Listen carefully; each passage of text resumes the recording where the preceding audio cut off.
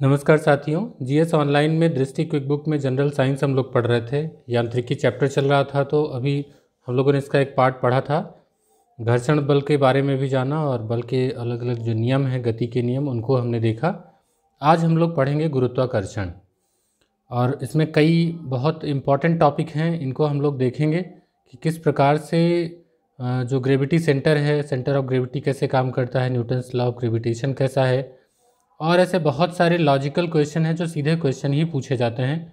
तो आज का जो साइंस का टॉपिक है वो बहुत इंपॉर्टेंट होने वाला है। कहने के लिए तो मैं आपके सामने बुक पढ़ रहा हूँ, लेकिन आप एक बात को समझिए कि जब आप इस बुक को पढ़ेंगे तो आपको लगेगा कि कौन सी चीज़ें इसमें हमें समझ में नहीं आ रही हैं, क्या है, कैसे पढ़ा जाए, और थोड़ी देर पढ़ने के बाद मन भी उबने लगता है। तो हमारी वीडियो का सबसे अच्छा फ़ायदा यही है कि आप इस वीडियो को देखिए। जो एक्सप्लेन करने वाले टॉपिक है मैं उनको एक्सप्लेन कर देता हूँ, जो इम्पोर्टेंट है मैं आपको बता देता हूँ। तो शुरू करता हूँ गुरुत्वाकर्षण, और जो इसका पिछला वीडियो है वो आप प्लेलिस्ट में विजिट करें, वहाँ से आपको मिल जाएगा। लिंक भी डिस्क्रिप्शन बॉक्स में अवेलेबल हो जाएगी। गुरुत्वाकर्षण में सबसे पहले बात करेंगे केपलर के नियम की। केपलर ने सूर्य के चारों ओर गति करने वाले ग्रहों के लिए 3 नियम दिए थे। तो पहले तो इनका नाम ही पूछा जाता है कि प्रथम नियम का नाम क्या है। तो लॉ ऑफ ऑर्बिट्स। केपलर का पहला नियम क्या है? लॉ ऑफ ऑर्बिट्स, कक्षाओं का नियम है। दूसरा नियम क्या कहलाता है? क्षेत्रफलीय चाल, law of areal speed, law of areal speed. तीसरा नियम क्या है केपलर का? तो वह है परिक्रमण कालों का नियम, लॉ ऑफ पीरियड्स। तो पहले तो ये 3 ऐसे आप नाम याद कर लीजिए। अब इनसे संबंधित बातें समझिए क्या है। तो केपलर के नियम में पहला नियम ये कहता है कि सभी ग्रह सूर्य के चारों ओर एक दीर्घ वृत्ताकार कक्षा में परिक्रमण करते हैं। कक्षाओं के एक फोकस पर सूर्य स्थित होता है। ठीक, जो कक्षाएं हैं, केंद्र नहीं, यहाँ फोकस की बात की गई है कि सूर्य के चारों ओर एक दीर्घ वृत्ताकार कक्षा में परिक्रमण करते हैं, इलिप्टिकल ऑर्बिट, और कक्षाओं के एक फोकस पर सूर्य स्थित होता है। दूसरा नियम क्या कहता है? जो क्षेत्रफलीय चाल है, ये कोणीय संवेग संरक्षण के नियम पर आधारित है। और इसकी खास बात क्या है, आप इस फिगर में देख पा रहे होंगे कि किसी भी ग्रह को सूर्य से मिलाने वाली रेखा समान समय में समान क्षेत्रफल तय करती है। आप जानते हैं कि ये अगर सूर्य है तो एक समय पृथ्वी नज़दीक आती है सूर्य से, एक समय दूर आती है। तो क्या उसका जो टाइम पीरियड होगा वो नहीं चेंज होगा, एरिया नहीं चेंज होगा। तो आप ये समझ पा रहे होंगे कि जो ये एरिया बना हुआ है, जितने समय में इतना एरिया कवर करेगा उतने ही समय में इतना एरिया भी कवर करेगा। यानी कि यहाँ जो इसकी स्पीड होगी इतना पहुँचेगा, यहाँ इतना पहुँचेगा, एरिया बराबर होगा। ठीक है, तो क्या कहती है डेफिनेशन कि समान समय में समान क्षेत्रफल तय करती है। ग्रह की क्षेत्रफलीय चाल जो है, एरियल स्पीड, वो नियत रहती है। तो लॉ ऑफ एरियल स्पीड ये कहता है। तीसरा केपलर का नियम क्या कहता है? तीसरा नियम उनके चाल को लेकर के है कि जो ग्रह सूर्य से जितनी अधिक दूरी पर होगा उसका परिक्रमण काल उतना ही अधिक होगा, और जो सूर्य के जितना पास होगा उसका परिक्रमण काल उतना ही कम होगा। बात समझ में आई कि जो सूर्य से अधिक दूरी पर होगा उसका परिक्रमण काल उतना ही अधिक होगा, और जो सूर्य के जितना ही समीप होगा उसका परिक्रमण काल उतना ही कम होगा। ये इनका तीसरा नियम है। ठीक, तो ये 3 है केपलर के नियम, अक्सर कर पूछे जाते हैं इनसे ऑब्जेक्टिव्स में। गुरुत्व केंद्र क्या है? Centre of gravity. कोई भी ऑब्जेक्ट हो, उसका कोई एक ऐसा सेंटर जहाँ पर उसका पूरा भार जो है वो काम करता हो। ठीक है, किसी वस्तु का जो गुरुत्वीय केंद्र होता है उसके परितः कुल गुरुत्वीय बलाघूर्ण 0 होता है। ये तो साइंस की बात है।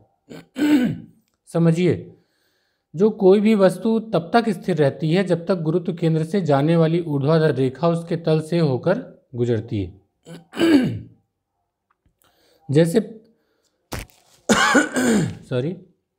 जैसे पीसा की मीनार है, तो ये थोड़ी झुकी हुई है। जो पीसा की मीनार है अगर वो थोड़ी झुकी हुई है तो इसका मतलब है कि जो उसका सेंटर ऑफ ग्रेविटी है, यानी कि जो उसका गुरुत्व केंद्र है, उसकी जो रेखा है, ऊर्ध्वाधर रेखा, उसके तल से होकर के गुजरती है। यदि यह रेखा मीनार के तल से बाहर हो जाए तो यह गिर पड़ेगी। यानी कि अगर उसकी ग्रेविटी ऐसी हो जाए तो क्या होगा? वो गिर पड़ेगी। तो यहाँ पर ये बात ध्यान रखने वाली बात है कि जब स्टेटमेंट में आएगा कि कोई भी वस्तु तब तक स्थिर रहती है जब तक गुरुत्व केंद्र से जाने वाली ऊर्ध्वाधर रेखा उसके तल से होकर गुजरती है। अगला है न्यूटन का गुरुत्वाकर्षण नियम। तो न्यूटन ने 1686 में गुरुत्वाकर्षण का नियम दिया था कि ब्रह्मांड में हर पिंड दूसरे पिंड को आकर्षित करता है। तो ऐसे पृथ्वी भी है, वो किसी पिंड या वस्तु को अपने केंद्र की ओर खींचती है। इसी को कहते हैं ग्रेविटेशन, गुरुत्वाकर्षण। हालांकि जो भारत के प्राचीन भारतीय गणितज्ञ थे ब्रह्मगुप्त, उन्होंने ये पहले ही इसके बारे में बताया था, लेकिन गणितीय विधि से जिसने सिद्ध किया वो थे न्यूटन। तो इसलिए न्यूटन का नाम यहाँ पर प्रसिद्ध है और उन्हीं के बारे में हम पढ़ते हैं, न्यूटन्स लॉ। इनका क्या है, तो एक इनकी जो डेफिनेशन है इसको समझते हैं और इसके काफ़ी उपयोग हैं, इसको हम लोग अभी आगे देखेंगे। किन्हीं दो कणों के बीच लगने वाला आकर्षण बल दो ऑब्जेक्ट जो हैं इनके बीच लगने वाला जो आकर्षण बल है, उन कणों के द्रव्यमानों के गुणनफल, इनका द्रव्यमान m1 है, इनका द्रव्यमान m2 है, तो गुणनफल क्या होगा m1 इंटू m2 यानी कि m1 m2 जो ये लिखा हुआ है के समानुपाती और उनके बीच की दूरी के वर्ग के व्युत्क्रमानुपाती होता है। समानुपाती का मतलब जब वो बढ़ेगा तो उसके समानुपात में चलने वाली चीज़ें भी बढ़ेंगी, और व्युत्क्रमानुपात का मतलब जब वो बढ़ेगा तो उसके जो पैरेलल चलेगा वो घटेगा। अब इसको अभी समझते हैं थोड़ा। जैसे पृथ्वी और सूर्य के बीच की दूरी वास्तविक स्थिति से दोगुनी अगर हो जाए तो सूर्य द्वारा पृथ्वी पर लगाया गया गुरुत्वाकर्षण बल वर्तमान का चौथा भाग हो जाएगा। एक होता है सार्वत्रिक गुरुत्वाकर्षण नियतांक। तो ये क्या होता है, दरअसल एक आकर्षण बल होता है गुरुत्वाकर्षण नियतांक, जो एक दूसरे के एकांक दूरी पर रखे गए एकांक द्रव्यमान वाले दो कणों के बीच कार्य करता है। तो इसका पैमाना है जो g है, इसका मान होता है 6.67 multiplied by 10⁻⁻11 newton metre square पर किलोग्राम स्क्वायर। तो ये इसका नियतांक है जी का, तो इतना डेप्थ में जाने की ज़रूरत नहीं है। जो इम्पॉर्टेंट फैक्ट है उसके बारे में देखते हैं। एक्सेलरेशन, गुरुत्वीय त्वरण जो है, इससे संबंधित क्वेश्चन पूछे जाते हैं। पृथ्वी का गुरुत्वीय त्वरण जो है, यदि कोई वस्तु मुक्त रूप से पृथ्वी की ओर गिर रही हो तो वस्तु के वेग में थोड़ी वृद्धि होगी, और एक सेकंड में जो वृद्धि होगी उसी को कहेंगे पृथ्वी का गुरुत्वीय त्वरण। तो इसको स्मॉल जी से रिप्रेजेंट करते हैं। तो जो जी है स्मॉल जी वो इसका सिंबल है, जो कैपिटल जी है वो जो है सार्वत्रिक नियतांक है गुरुत्व का, वो उसका सिंबल है। अब यहाँ पर आपका जो क्वेश्चन बनता है इसी गुरुत्वीय त्वरण को लेकर के, वो इस तरीके से बनते हैं कि गुरुत्वीय त्वरण का मान किसी वस्तु के भार पर निर्भर नहीं करता है। वस्तु चाहे भारी हो चाहे हल्की हो, जो गुरुत्वीय त्वरण है यानी कि नीचे गिरते समय जो वृद्धि होती है स्पीड में, वो इस पर डिपेंड नहीं करता है कि वो भारी है कि कैसी है। हाँ, ये थोड़ा हो सकता है कि जो वायुमंडल का घर्षण है ना, वो प्रभाव डाल सकता है, लेकिन यदि बात की जाए कि अगर वायुमंडल का घर्षण जो है नगण्य मान लिया जाए, तो समान ऊंचाई से अलग अलग भार के अगर पिंड गिराए जाएं तो समान त्वरण से नीचे गिरने के कारण वो एक साथ पृथ्वी पर पहुंचेंगे। तो ये क्वेश्चन कई बार पूछा गया है कि दो अलग अलग भार के अगर पिंड गिराए जाएं तो क्या वो एक साथ पृथ्वी पर पहुंचेंगे, तो हाँ पहुंचेंगे, लेकिन वायुमंडल का घर्षण जो है वो नगण्य होना चाहिए, नहीं तो हल्की चीज़ जो होगी वो उसमें वायु का घर्षण होगा, वो देर में गिरेगी, जो भारी होगी वो जल्दी गिर जाएगा। तो इसलिए आदर्श स्थिति यहाँ पर अप्लाई करना ज़रूरी होगा। अब वायु की उपस्थिति में देखिए, यहाँ पर आपको एक दे दिया कि वायु की उपस्थिति में भारी पिंड पृथ्वी पर पहले पहुँचेगा। ऐसे ही आपसे पूछा जाए कि लकड़ी, लोहा और मोम के समान आकार के टुकड़ों को समान ऊंचाई से पृथ्वी पर गिराया जाता है, तो आदर्श परिस्थितियों में, आदर्श परिस्थितियों का मतलब यही है कि घर्षण नगण्य हो, सभी टुकड़े एक साथ पृथ्वी की सतह पर पहुंचेंगे, क्योंकि सभी पर एक समान गुरुत्वीय त्वरण कार्य करता है। जो बॉल पेन होती है आपकी, जो जिससे आप लिखते हैं, तो इसमें क्या होता है, ये भी गुरुत्वीय बल के सिद्धांत पे काम करती है। तो इसमें एक बेरिंग होती है छोटी सी, वो घूमती रहती है बॉल, और वो घूम के क्या करती है, जो उसमें इंक भरी होती है उसी इंक को लगा करके गुरुत्वीय बल के कारण वो इंक नीचे आती रहती है और वो उससे लिखावट बनती जाती है, जिससे लिख पाते हैं। अब जो पृथ्वी के गुरुत्वीय बल के प्रभाव में वस्तुओं की गति है, उनमें थोड़ा देखते हैं। जैसे अगर कोई अंतरिक्ष यान चक्कर लगा रहा है और वहाँ से एक सेब छोड़ा जाए, तो अंतरिक्ष में गुरुत्वाकर्षण कम होगा, तो नहीं होगा, ना के बराबर। तो अंतरिक्ष यान के साथ उसी गति से वो गतिमान रहेगा। और पैराशूट धीरे धीरे नीचे आता है, क्यों? क्योंकि जब पत्थर वगैरह आप फेंकेंगे तो तेज़ी से आएगा। तो पैराशूट इसलिए क्योंकि उसका जो क्षेत्रफल है वो अधिक है, तो वायु का प्रतिरोध उसके लिए अधिक हो गया। और जबकि पत्थर में क्या है, पत्थर तो छोटा है तो उसमें वायु का प्रतिरोध कम है, तो इसलिए पत्थर जो है नीचे तेज़ी से आएगा, जो पैराशूट है वो धीरे धीरे आएगा। ठीक है, तो इसलिए आदर्श स्थिति की बात की जाती है कि प्रतिरोध वहाँ पर कम होना चाहिए। द्रव्यमान का क्या कॉन्सेप्ट है, मास का और भार का, दोनों समझने वाली चीज़ें हैं। किसी वस्तु का द्रव्यमान क्या है और उसका भार क्या है, ये आवश्यक नहीं कि जो उसका द्रव्यमान हो वही उसका भार हो। ठीक है, अलग अलग स्थितियों में ये अलग हो सकता है, लेकिन जो द्रव्यमान है वो नहीं बदलता है। वस्तु का जो द्रव्यमान होता है वो स्थिर रहता है, एक स्थान से दूसरे स्थान पर नहीं बदलता, चाहे पृथ्वी पर हो, चाहे चंद्रमा पर हो, चाहे अंतरिक्ष में हो। जिस वस्तु का जो मास है, जो द्रव्यमान है, वो नहीं होगा, वही उसके जड़त्व की माप भी होगा। यानी कि किसी वस्तु का जड़त्व उतना ही अधिक होगा जितना उसका द्रव्यमान। भार क्या होता है, तो वस्तु का भार वह बल है जिससे यह पृथ्वी की ओर आकर्षित होता है। तो भार तो वो है ना कि गुरुत्वीय जो बल उस पर लगता है उसकी वजह से, आकर्षण की वजह से हम उस भार को महसूस करते हैं। तो भार का मात्रक भी वही होगा जो बल का मात्रक है, यानी कि न्यूटन। तो भार का ऐसा ही मात्रक क्या हुआ, न्यूटन। और भार जो है ऊर्ध्वाधर दिशा में नीचे की ओर लगता है, इसमें परिमाण भी होता है और दिशा भी होती है। तो भार से संबंधित जो टॉपिक है ये ध्यान रखिएगा। भार से संबंधित एक स्टेटमेंट और है कि वस्तु का भार उसके द्रव्यमान तथा गुरुत्वीय त्वरण पर निर्भर करता है, किसी अन्य राशि पर नहीं। यानी कि उसका द्रव्यमान बढ़ेगा घटेगा तो असर आएगा, गुरुत्वीय त्वरण बढ़ेगा घटेगा तो आएगा असर, अन्य राशि पर नहीं। तो अब छोटे छोटे यहाँ आपको कंडीशंस दी जाएंगी कि किसी वस्तु का चंद्रमा पर भार कैसे होगा। तो चंद्रमा पर जो वस्तु का भार होगा वो पृथ्वी का जो गुरुत्वीय त्वरण है उसकी तुलना में देखा जाए तो चंद्रमा का जो गुरुत्वीय त्वरण है वो पृथ्वी की तुलना में 1/6 है।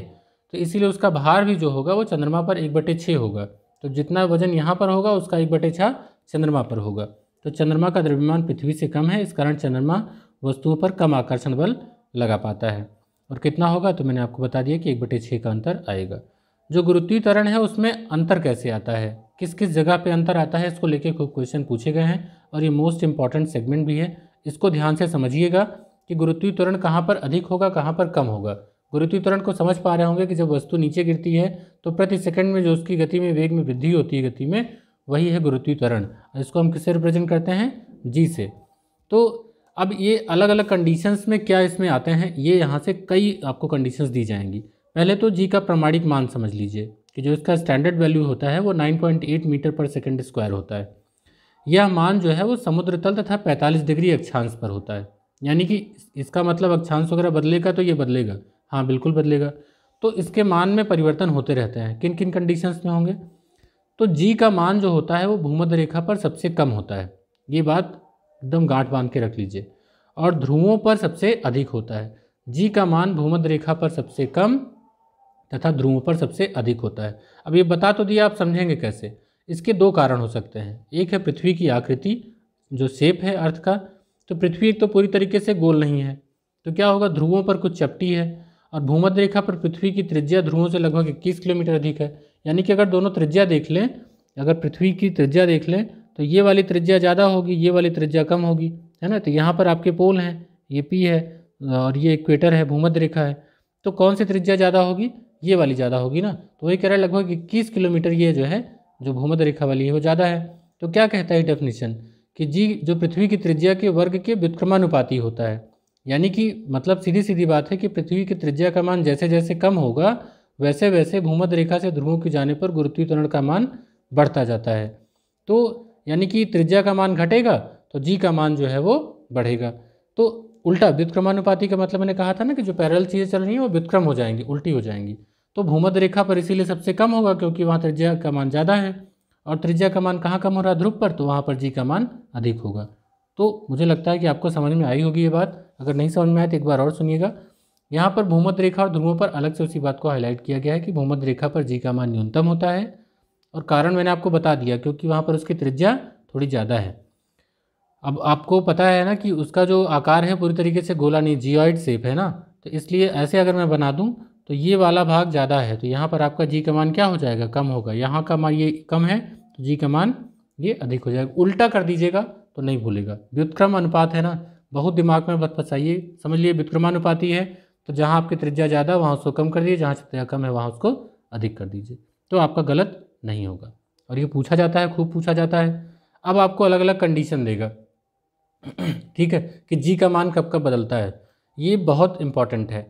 कहेगा कि यदि पृथ्वी अपने अक्ष पर घूमना बंद कर दे, जैसे अभी अक्ष पर वो घूम रही है, तो अगर पृथ्वी अपने अक्ष पर घूमना बंद कर दे तो क्या होगा, तो आपके जो वहाँ ऑप्शंस होंगे ना उसमें कई होंगे, लेकिन होगा क्या वो समझिए। ध्रुवों के अतिरिक्त प्रत्येक स्थान पर जी के मान में वृद्धि हो जाएगी और यह वृद्धि विषुवत रेखा पर सर्वाधिक तथा ध्रुवों की ओर कम होती जाएगी। ठीक है, क्योंकि यहाँ जो एक कारण था इसको हमने यहाँ नहीं पढ़ा, एक कारण और भी था, पृथ्वी का अपने अक्ष के परितः घूमना, ये भी कारण ले आता है। एक कारण तो मैंने आपको त्रिज्या वाला बता दिया, दूसरा कारण अब जो आपको मैं लॉजिकली बता रहा था अब यहाँ से निकल के आ रहा है। तो इसमें इसका मतलब क्या होता है कि पृथ्वी अपने अक्ष के चारों ओर घूम रही है, तो पृथ्वी तल पर स्थित जो प्रत्येक वस्तु है पृथ्वी पथ पर घूम रही है। तो ऐसे में क्या होगा कि पृथ्वी के केंद्र पर विषुवत रेखा और पृथ्वी की सतह पर स्थित बिंदु व पृथ्वी के केंद्र को मिलाने वाली रेखा के मध्य का एक कोण जो है जो बनता है, ये आपका यहाँ पर गामा से रिप्रेजेंट किया गया है। स्पष्ट है कि इसमें जो पृथ्वी के घूर्णन के कारण जी के मान में कमी आती है। तो मैथमेटिकली आप ज़्यादा ना जाइए, इसमें देखिए पृथ्वी के घूर्णन के कारण जी के मान में कमी आती है। ठीक, तो ये बात आपको याद रखनी है कि पृथ्वी के घूर्णन के कारण जी के मान में कमी आती है, यानी कि घूर्णन बंद होगा तो क्या होगा कि चूँकि जो ध्रुव हैं वहाँ तो उतना है नहीं, तो इसलिए ध्रुवों के अतिरिक्त प्रत्येक स्थान पर जी के मान में वृद्धि हो जाएगी और ये वृद्धि सर्वाधिक कहाँ होगी, जहाँ पर सबसे अधिक गति थी विषुवत रेखा पर, तो वहाँ पर ये इसकी वृद्धि सर्वाधिक होगी और ध्रुवों पर ये कम होती जाएगी। अगला है कंडीशन देगा कि यदि पृथ्वी अपने अक्ष के परितः और तेजी से घूमना प्रारंभ कर दे, जो स्पीड चल रही है तो पृथ्वी का कोणीय वेग बढ़ा दिया जाए तो क्या होगा, जी का मान घट जाएगा। भाई यहाँ जब बंद हो रहा है तो जी का मान बढ़ रहा है, तो जब वो तेज चलने लगा तो जी का मान घट जाएगा। अब एक कंडीशन और देगा कि यदि पृथ्वी वर्तमान से 17 गुना अधिक तेजी से घूमने लग जाए तब क्या होगा, तब भूमध्य रेखा पर रखी वस्तु का भार जो है वो शून्य प्रतीत होने लगेगा। और जी के मान में परिवर्तन कहाँ आता है, गुरुत्वीय त्वरण के मान में।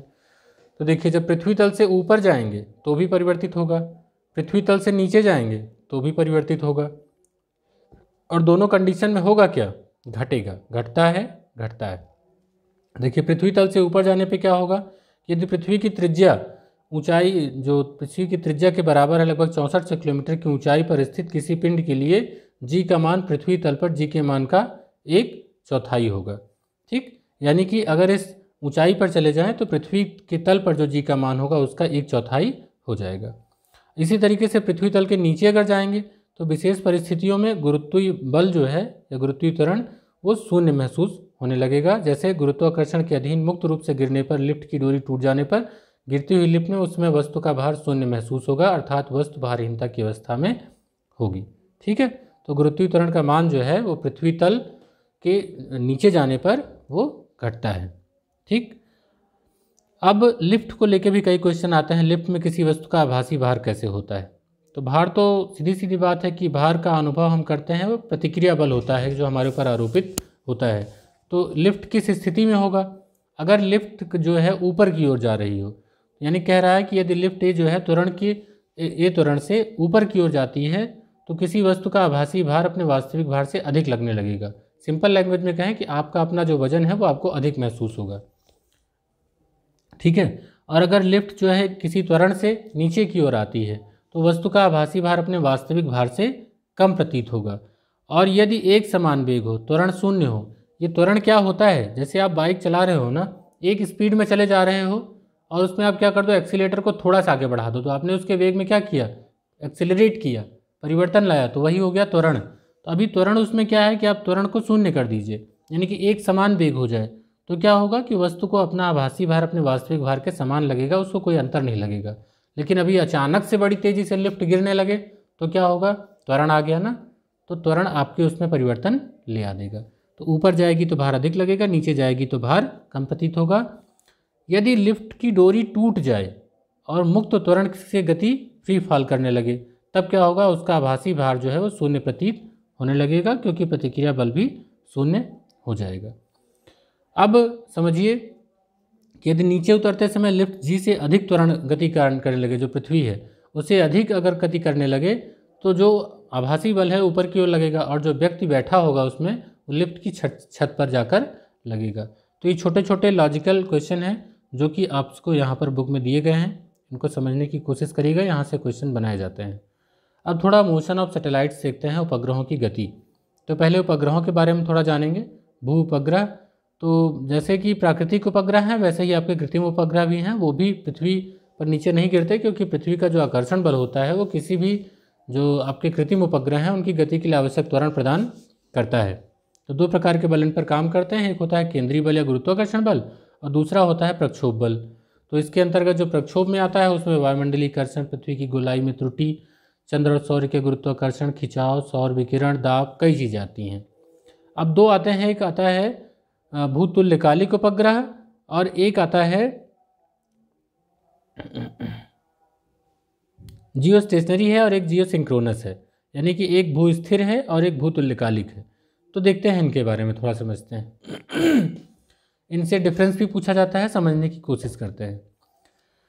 देखिए, अगर कोई ऐसा जो सैटेलाइट छोड़ा जाए जो बिल्कुल आपको अपनी सीध में ही दिखता रहे और जितनी पृथ्वी घूम रही है लेकिन फिर भी वो सीध में ही दिखता रहे, तो ये कब होगा कि जब वो पृथ्वी तल की ऊंचाई इतनी हो, पृथ्वी तल से ऊंचाई इतनी होगी कि उसका परिक्रमण काल जो है पृथ्वी की अक्षीय गति के आवर्त काल के बराबर हो, यानी कि जितना जितना पृथ्वी घूमे उतना वो भी घूमे। तो ऐसे उपग्रह क्या कहेंगे? भूतुल्यकालिक उपग्रह।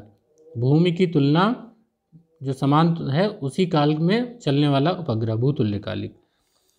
अब इस जब भूतुल्यकालिक उपग्रह को पृथ्वी की विषुवत रेखा के तल में स्थापित किया जाता है, कहाँ पर? विषुवत रेखा के तल में, तो यह पृथ्वी के किसी बिंदु से स्थिर प्रतीत होता है। पृथ्वी के किसी बिंदु से स्थिर प्रतीत होता है। ऐसे उपग्रह को जियो स्टेशनरी सैटेलाइट कहते हैं। दोनों में अंतर क्या है भूतुल्यकालिक उपग्रह और भूस्थिर उपग्रह में? अगर विषुवत रेखा के तल में उसको रखा गया है तो वो भूस्थिर होगा, जियो स्टेशनरी होगा। यहाँ देखिए इमेज में बना हुआ है, जियो स्टेशनरी वाइट में है और जो पिंक में दिया है वो जियो सिंक्रोनस है। और जो भूतुल्यकालिक है वो किसी अन्य तल में समान ऊंचाई पर स्थापित किया जाता है। एक उदाहरण दिया जाए, जैसे जो इरनेस है आपका Indian regional navigation satellite system, तो इसमें 7 सैटेलाइट गए थे, तो 3 इसमें जो है वो भूस्थिर हैं जियो स्टेशनरी, और जो 4 हैं वो जियो सिंक्रोनस हैं। तो दोनों में डिफरेंस आपको इस इमेज से ही समझ में आ रहा होगा कि यदि उसको विषुवत रेखा में अगर इस्टेब्लिश किया गया विषुवत रेखा के तल पर तो वो कैसा होगा? जियो स्टेशनरी। और यदि किसी अन्य तल पर स्थापित किया गया होगा तो जियो सिंक्रोनस होगा। ध्यान देने वाली बात दोनों का यही है कि आपको अपने ऊपर ही दिखाई देते हैं, क्योंकि उनका जो आवर्त काल होता है वो पृथ्वी के बराबर होता है। ठीक, अब इनके यूजेस क्या होते हैं? तो इनका यूज़ इसलिए होता है, दरअसल जो आपके दूरदर्शन का प्रसारण वगैरह है या दूसरे जो प्रसारण हैं जो इससे आप ये देख भी पा रहे हैं, तो ऐसे जो प्रसारण हैं इन केंद्रों के ऊपर स्थापित करके तुल्यकालिक उपग्रहों द्वारा पृथ्वी के एक बड़े क्षेत्र पर इसका प्रसारण किया सकता है। समझ लीजिए कि अपना एंटीना आपने ऊपर लगा लिया। तो भारत का जो इनसेट उपग्रह समूह है वो ऐसे ही तुल्यकालिक उपग्रह का समूह है। तो मौसम पूर्वानुमान, नेविगेशन, इन सब में इसका उपयोग किया जा सकता है। पोलर सैटेलाइट क्या है? तो ये उत्तर दक्षिण दिशा में परिक्रमण करते हैं और ये ध्रुवों के परितः होते हैं, तो इसलिए इनको ध्रुवीय उपग्रह कहते हैं। इनकी जो ऊंचाई होती है 500 से 800 किलोमीटर होती है। ठीक है, 500 से 800 किलोमीटर। और जो अभी हमने यहाँ पर देखा था जो आपके भूतुल्यकालिक हैं, जो भूतुल्यकालिक और भूस्थिर हैं, इनकी ऊंचाई होती है 35,786 किलोमीटर। तो इसका ये मेंशन किया गया था, मैंने आपको बताना भूल गया था।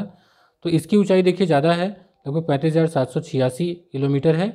और जो आपके पोलर सैटेलाइट हैं, तो पोलर सैटेलाइट लगभग 500 से 800 किलोमीटर की ऊंचाई पर होते हैं। उनका आवर्तकाल जो होता है लगभग 100 मिनट का होता है, तो आवर्तकाल इनका कम होता है और उसका आवर्तकाल पृथ्वी के समान होता है। इनका पोलर सैटेलाइट का यूज़ क्या होता है? तो इनका भी वही रिमोट सेंसिंग, मौसम विज्ञान, पर्यावरणीय अध्ययन, इन सब में किया जाता है। उपग्रहों में भारहीनता की स्थिति कैसी होती है? यदि कोई अंतरिक्ष में जाता है अंतरिक्ष यात्री तो वो कैसा अनुभव करता है, इसको लेकर भी क्वेश्चन बनाए जाते हैं और आपकी जनरल समझ भी होगी। हालांकि बहुत इसमें डिफ़िकल्ट नहीं है। आप समझ सकते हैं कि ग्रेविटी अगर आपकी ख़त्म हो जाए तो क्या होगी कि उसमें भारहीनता की स्थिति हर सामान में हो जाएगी, आपके अंदर भी, और जो भी सामान रखा जाएगा उसमें भारहीनता हो जाएगी। तो क्या होगा कि इसमें जो अंतरिक्ष यात्री होते हैं वो निर्यात में सीधे नहीं खड़े रह पाते हैं। यहाँ तक कि वो जल जो पानी वगैरह पीते हैं गिलास में, वो टेढ़ा करके नहीं पी सकते, क्योंकि ऐसा करेंगे तो गिलास का जल जो है वो बूंद के रूप में अंतरिक्ष में ही तैरने लगेगा। तो वो खाना वगैरह कैसे खाते होंगे? तो उनका जो खाना होता है ट्यूब में पेस्ट की भांति भर दिया जाता है, और तो वो क्या करते हैं, ट्यूब को सीधे मुंह में दबा के डायरेक्टली इनहेल कर लेते हैं, यानी कि अंदर ले लेते हैं। अगर वो हाथ से उठा के या नीचे रख रख के खाएं आपकी तरह थाली में, तो पता चला एक एक जो आइटम है वो दूसरे के पास पहुंच जाएगा। ठीक है, तो बड़ी स्थिति खराब हो जाएगी। पलायन वेग देखिए, पलायन वेग क्या है? पलायन वेग सबसे बढ़िया एग्जाम्पल इसका ये है कि अगर पलायन वेग जो है, इसका कॉन्सेप्ट समझ में आ गया तो आप इस बात का उत्तर दे सकते हैं कि पृथ्वी पर वायुमंडल क्यों है, चंद्रमा पर वायुमंडल क्यों नहीं है, दूसरे ग्रहों पर वायुमंडल क्यों नहीं है। तो पलायन वेग समझिए। पलायन वेग क्या है? वह न्यूनतम वेग जिससे किसी वस्तु को पृथ्वी की सतह से ऊपर की ओर फेंकने पर वस्तु पृथ्वी के गुरुत्वीय क्षेत्र को पार कर जाती है। यानी कि आप अपने हाथ से कोई सामान इतनी तेज फेंकिए कि वो पृथ्वी का गुरुत्वीय क्षेत्र पार कर जाए, तो फिर से दोबारा वो पृथ्वी पर लौट कर नहीं आएगी। और यदि ऐसा हो गया तो समझ लीजिए कि आपने पृथ्वी के एस्केप वेलोसिटी से अधिक स्पीड से फेंका है। तो कितनी स्पीड से आपको फेंकना पड़ेगा? तो ये आपको 11.2 किलोमीटर पर सेकंड की स्पीड से फेंकना पड़ेगा। मतलब इतनी तेज़ अगर आप गेंद फेंकने की क्षमता रखते हैं तो वो गेंद वापस आपकी बैटिंग के लिए, बॉलिंग के लिए नहीं आएगी। तो पृथ्वी का जो पलायन वेग है वो कितना है? 11.2 किलोमीटर पर सेकंड। अब ये इसका जो है समझिए चंद्रमा के वायुमंडल में दरअसल होता क्या है कि जो चंद्रमा की त्रिज्या है इसका भी मान कम है। यहाँ दिया हुआ एक डेटा आप देख सकते हैं। चंद्रमा पर गुरुत्वीय त्वरण जो है वो भी पृथ्वी का 1/6 है, तो दोनों का मान कम है। तो इसीलिए चंद्रमा का जो पलायन वेग है, एस्केप वेलोसिटी है, वो है मात्र 2.38 किलोमीटर पर सेकंड। कितना है? लगभग 2.25 किलोमीटर पर सेकंड है, 2.38 किलोमीटर पर सेकंड। और पृथ्वी का कितना है? 11.2 किलोमीटर पर सेकंड। यानी कि चंद्रमा पे अगर कोई चीज़ आप 2.38 किलोमीटर पर सेकंड की स्पीड से ही केवल फेंक दीजिए तो वो चंद्रमा के गुरुत्वीय जो क्षेत्र है उसको पार कर जाएगी, फिर दोबारा चंद्रमा पे नहीं आएगी। तो एक बात समझिए कि जो गैसों के एटम्स होते हैं, अणु होते हैं, उनका जो औसत वेग होता है वो इससे अधिक होता है। ठीक है, तो इसीलिए क्या होता है कि वो अपनी जब भी वो थोड़ा गर्मी आती है उनके अणुओं में, जैसे ही ऊर्जा आती है वो क्या होता है, इनकी गति इससे अधिक हो जाती है, तो ऑलरेडी वो इसके वेलोसिटी से ऊपर हो जाते हैं। तो अणु वहाँ रुकेंगे कहाँ? तो गैसें वहाँ से उड़ जाती हैं। गैसों के अणु वहाँ ठहर ही नहीं पाते हैं, इसलिए चंद्रमा पर वायुमंडल नहीं पाया जाता है। दरअसल ये हर ग्रह का यही हाल है कि यदि वायुमंडल नहीं पाया जा रहा होगा तो उसका कारण यही होगा कि उनका जो है इसके वेलोसिटी बहुत कम होगा। इसके वेलोसिटी बढ़ जाए तो क्या होगा कि उनके जो मॉलिक्यूल हैं उनमें इतनी स्पीड आ ही नहीं पाएगी, तो वो गुरुत्वाकर्षण के कारण उस पर चिपके रहेंगे और वो बाहर नहीं निकल पाएंगे, तो वहाँ पर वायुमंडल पाया जाएगा। तो ठीक है, अब मुझे लगता है कि आपको इसका लॉजिक समझ में आ गया होगा। अब बहुत थोड़ा कन्फ्यूज़न वाला होता है लेकिन बड़ा इंपॉर्टेंट टॉपिक है पीरियोडिक मोशन, आवर्त गति। ये समझते हैं, यहाँ से क्वेश्चन खूब बनते हैं और थोड़ा इसको शुरू से समझिएगा एक एक बात। आवर्त गति क्या है? आवर्त गति को समझने का सबसे अच्छा तरीका है, आपके सामने घर में घड़ी अगर लगी हो तो आप देखिए एक निश्चित समय अंतराल पर हर सुई अपनी गति को दोहराती है। सेकंड वाली भी दोहराती है, मिनट वाली भी दोहराती है, घंटे वाली भी सुई, और वो एक पर्टिकुलर टाइम पर फिर से अपना बार बार दोहराएगी। झूला आपने झूला होगा तो झूला भी क्या करता है, वो भी एक निश्चित आवर्तकाल पे घूमता है। इसी तरीके से आपने अगर घड़ी देखी हो दोलन वाली, जिसमें पेंडुलम लगा होता है, तो उसमें भी देखिए एक समय अंतराल पर वो घूमता रहता है। तो एक जो उसका चक्कर होगा वो जितने समय में लगाएगा वही होगा टाइम पीरियड, आवर्तकाल। तो आवर्तकाल समझ लीजिए कि वह समय अंतराल जिसके बाद पूर्व गति को दोहराया जाए, तो उसी को कहेंगे आवर्तकाल। ठीक है, और अगर कोई अपनी बिंदु के इधर उधर घूर्णन कर रहा है तो उसको कहेंगे दोलन। अगर जाता है आता है तो उसे कहेंगे दोलन, ऑक्सीलेशन। तो दोलन क्या है, ऑक्सीलेटरी मोशन क्या है?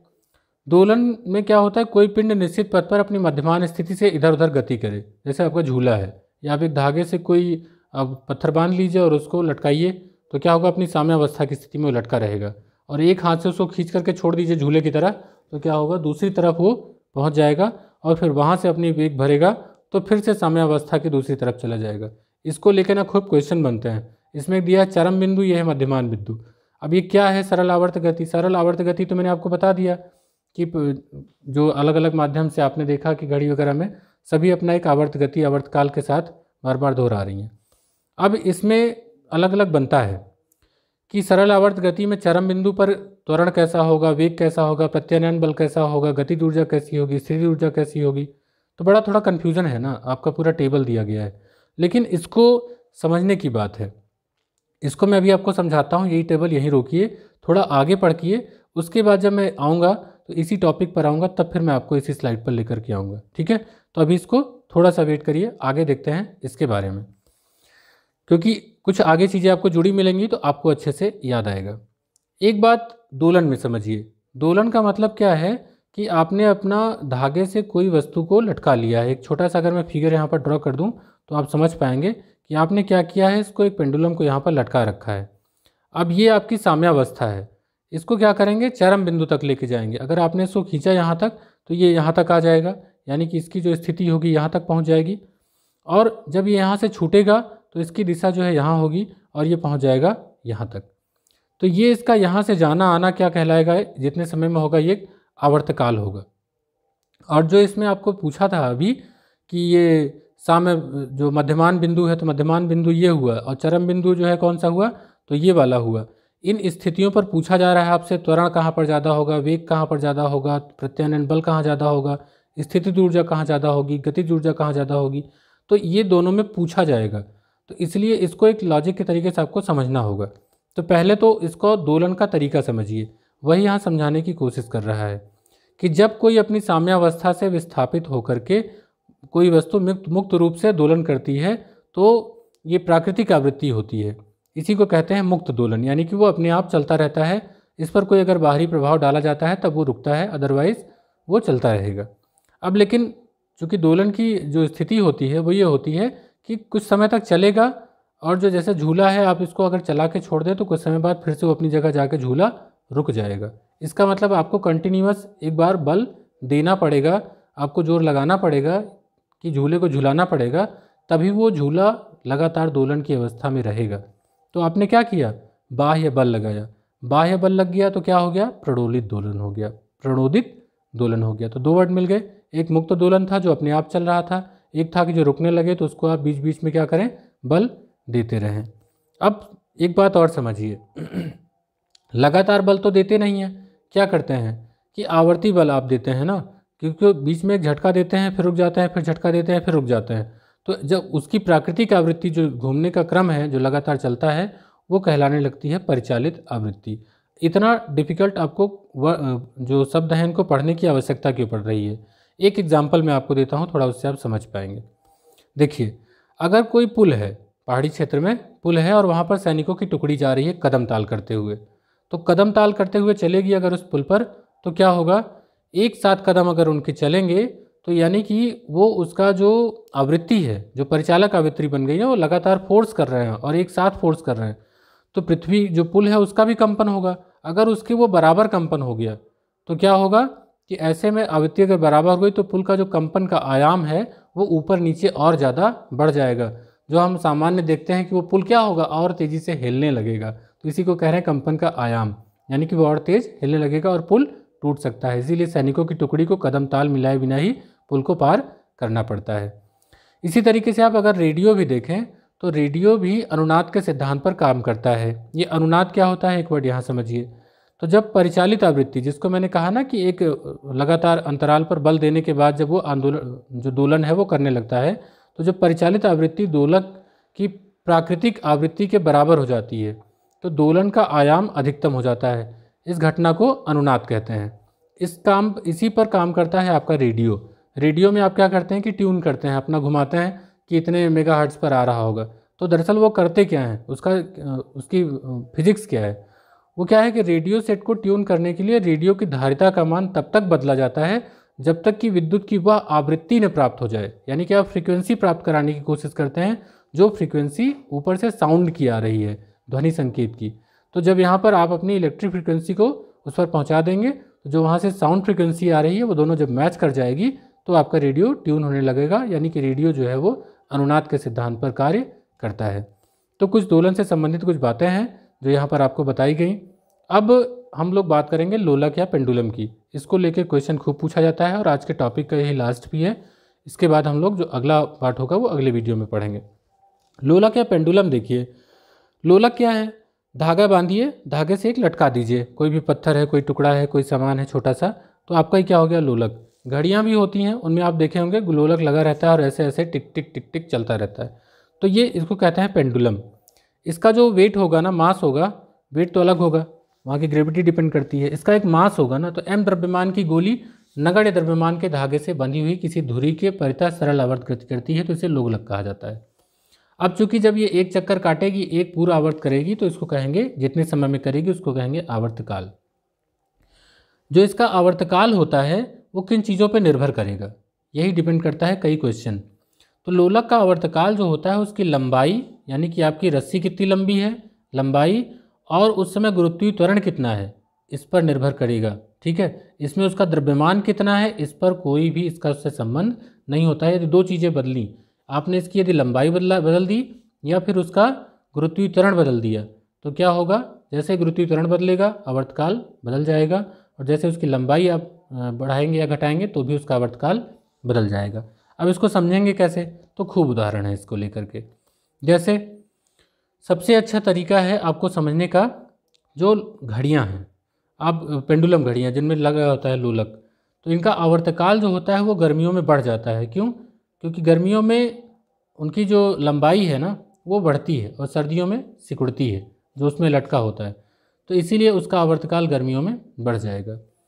इसी प्रकार जो पेंडुलम घड़ियां हैं, आवर्तकाल कम होने का कारण ये भी सूत्र का, जब भाई आवर्तकाल कम हो गया तो ठंडी में क्या होगा, उनकी स्पीड जो है तेज़ हो जाएगी, और गर्मियों में क्या होगा, जब आवर्तकाल ज़्यादा हो गया तो वो सुस्त हो जाएंगी। एक आपने प्रत्यक्ष उदाहरण देखा होगा झूले का। जब झूला झूलते समय कहते हैं ना कि झूले को थोड़ा और तेज़ झुलाने के लिए उसके किनारे खड़े हो जाइए, तो क्या होगा, झूला तेज़ी से दोलन करने लगेगा। तो इसमें दरअसल काम क्या करता है कि दरअसल अगर जो झूले पर बैठी झूला झूल रही लड़की है, अगर वो झूले पर खड़ी होगी तो क्या होगा, झूले की धुरी से उसके द्रव्यमान केंद्र की दूरी कम हो जाएगी, यानी कि जो दूरी है वो कम हो जाएगी, तो क्या होगा, झूले का आवर्तकाल जो है वो घट जाएगा, और आवर्तकाल जैसे ही घटेगा तो उसका झूला जो है वो तेज़ी से दोलन करने लगेगा। भाई कम समय में करने लगा ना, तो इसीलिए वो जब खड़े होकर वो दोलन करती है तो उसका आवर्तकाल यहाँ पर कम होता है और उसका जो स्पीड है वो बढ़ जाती है। अब जो आपकी लोलक घड़ी है या लोलक है, उसको आप लेके जाइए भूमध्य रेखा से ध्रुवों की ओर। कंडीशन आपके सामने क्वेश्चन में दे दिया कि अगर एक लोलक को भूमध्य रेखा से ध्रुवों की ओर ले जाया जाए तो जी के मान में क्या परिवर्तन आएगा। तो समझिए, हाँ माफ़ कीजिएगा, जी के मान में परिवर्तन आएगा, ये तो आपको पता ही है कि भूमध्य रेखा पर जो है चूँकि वहाँ पर आपकी त्रिज्या ज़्यादा है तो जी का मान वहाँ पर कम होगा, ध्रुवों पर अधिकतम होगा। तो जी के मान परिवर्तन के कारण उस आवर्तकाल पर क्या प्रभाव पड़ेगा।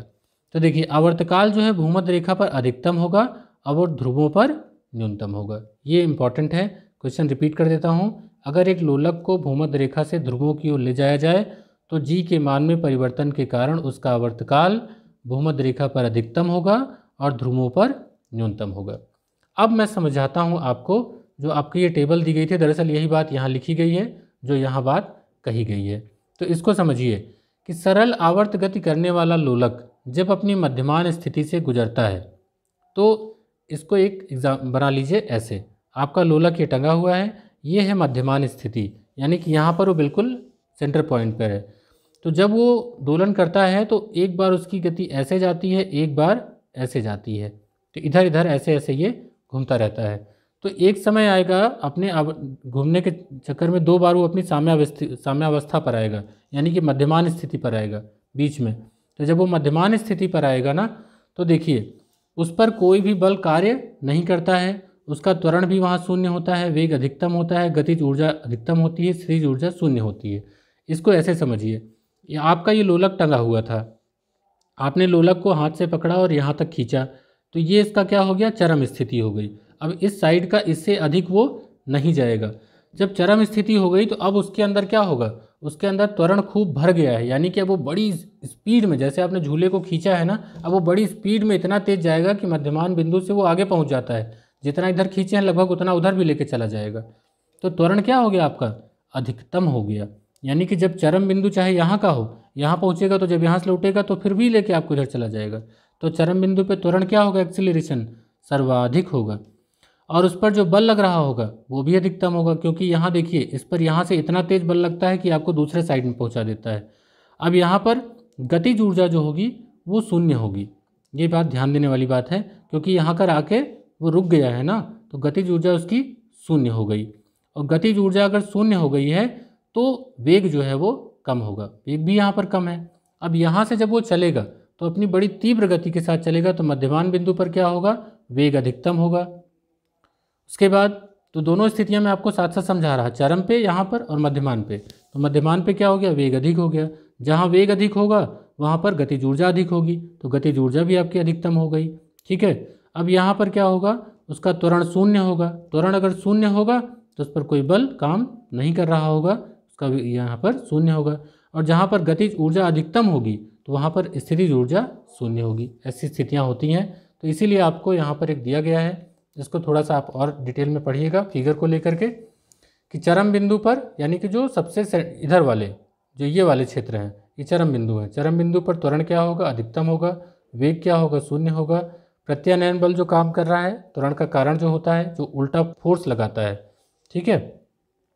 गतिज ऊर्जा जो है वो शून्य होती है, स्थितिज ऊर्जा अधिकतम होती है। तो ये दोनों अपोजिट ही होते हैं। तो इसलिए यहाँ पर आपका जहाँ भी गतिज ऊर्जा ज़्यादा होगी वहाँ पर स्थितिज ऊर्जा कम होगी। इस तरीके से मध्यमान बिंदु का मतलब यहाँ का, तो ये यहाँ की कंडीशंस दी गई हैं कि त्वरण शून्य होगा, वेग अधिकतम होगा, कोई बल कार्य नहीं करता, इसलिए त्वरण शून्य होगा, और गतिज ऊर्जा अधिकतम होगी, स्थितिज ऊर्जा शून्य होगी। तो ये कुछ कंडीशंस हैं जो आपसे एग्जाम में पूछे जाते हैं। उम्मीद करता हूँ कि आपको मैं थोड़ा समझा पाया हूँगा, और अगर आपको नहीं समझ में आया तो आप क्वेश्चन से पूछ सकते हैं, या फिर एक दो बार इसको ट्राई करिएगा, बहुत अच्छे से आपको समझ में आएगा। यहाँ से क्वेश्चंस खूब बनते हैं, इसलिए मैंने कोशिश की कि आपके साथ थोड़ा टाइम से इसको डिस्कस करूँ। अगला जो टॉपिक आएगा वो हम लोग इसको अपने अगले वीडियो में कवर करेंगे, और उसमें इस चैप्टर को कंप्लीट करेंगे। इसके बाद लेंगे एक प्रैक्टिस सेट, तब आपका ये जाके चैप्टर कंप्लीट होगा। तो आपको पूरा वीडियो कैसा लगा कमेंट करके बताइएगा। मिलते हैं अगले वीडियो में, तब तक के लिए गुड बाय।